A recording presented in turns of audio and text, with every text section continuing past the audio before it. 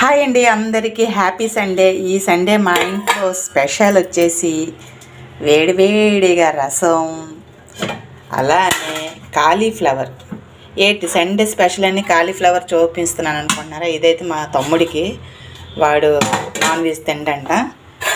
ఇంకా సమ్మర్ కాబట్టి బిర్యానీలు ఎక్కువ ఉండవు, వైట్ రైస్. ఇంకా స్పెషల్ వచ్చేసి మటన్ పులుసు. మూడికి ఈ నల్లి బొక్క చూసారా ఎంత పెద్దగా ఉందో. మటన్ ఎందుకు తెచ్చానంటే పిల్లలు ఉగాదికి వచ్చారు, మా చిన్నోడు వెళ్ళిపోతాడు ఇవాళ, లంచ్ చేసి ఈవినింగ్ వెళ్ళిపోతాడు.